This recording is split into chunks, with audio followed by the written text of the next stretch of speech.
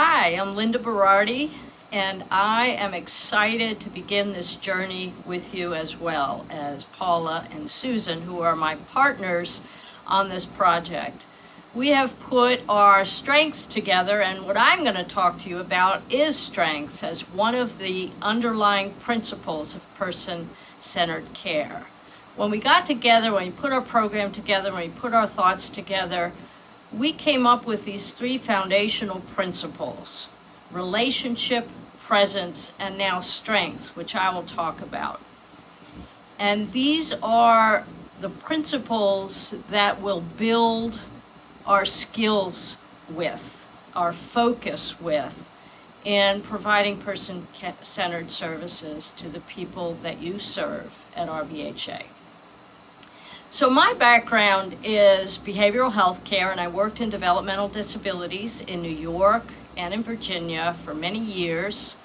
The white hairs will show you, yes, many years. And I am now a consultant working mainly with organizations in change initiatives, in building teams and cohesion around mission and strategy.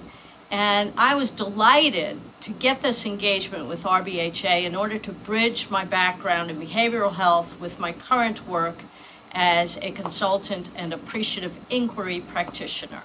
Appreciative inquiry, and you'll learn so much about this, is a study of what works well and what contributes to organizational thriving at the whole system level, all the way to the one-on-one level. So this opportunity to insert appreciative inquiry into person-centered care is just the perfect match for me as a practitioner and with my partners to focus on what does work well. As a consultant, I bring an energy that primes the pump to your organization and to this team that's getting together to work with you, where we'll discover together what works well, where your strengths are, where your stories are that motivate you, that connect you in similar ways to what you've heard from Susan and with Paula in building relationship and being present and open to what happens between your expertise and your work and the people that you serve, in building that collaboration and that co-creation, if you will, of a thriving life for people. So my story about strength is about Richard. And I call this story From Try Another Way to Limitless Possibilities. I worked with Richard way back in New York when I started in a group home. And so my story is a little bit similar to Paula in the sense that I was just beginning my career in behavioral health. I had studied psychology as an undergraduate, and I was starting in a group home as a trainee, brand new staff. And I too, similar to Susan's story and to Paula's, had to read that chart. I had to get a background, a clinical background, if you would, on Richard. And so I read his chart. And in his chart, it was very thick because he came from an institution and he was newly transferred into this group home, which was brand new. And so his chart was very thick as well, and full of notes and diagnoses and lab reports.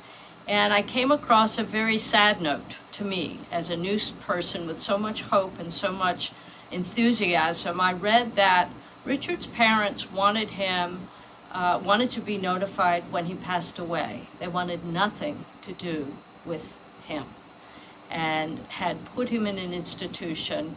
And to read this note just really hurt my heart because I was so excited to begin working with him. And so I put that aside and I went through a lot of training, and in that training I learned about this concept, which was relatively new back then, called Try Another Way. And it was a gentleman named Mark Gold who had worked with people with severe disabilities, much like Richard. And he taught them through basically just asking them to try a different way to build bicycle brakes and to be involved in meaningful work in creating these bicycle brakes that were sold to companies that made bicycles. So I found it fascinating, especially with the challenges that many of these individuals had. And I was faced with a similar challenge with Richard because he did not speak in words. He communicated in gestures and in his behavior. So that was a challenge for me as a new staff. So one day, I was in the group home, and to get to the story, Richard had this behavior that he would do all the time, and that was to flick the lights on and off in the group home constantly. It was one of his favorite things to do, and we were told by the psychologist that we were to dissuade him from doing that, to ask him to sit down or to redirect him to another activity that was more habilitative, as we were told, to maybe help set the table or work in the kitchen or do something else in the household. So we would redirect him by saying, Richard, please stop, or please sit down, or come in the kitchen with me, etc., etc. You get the point.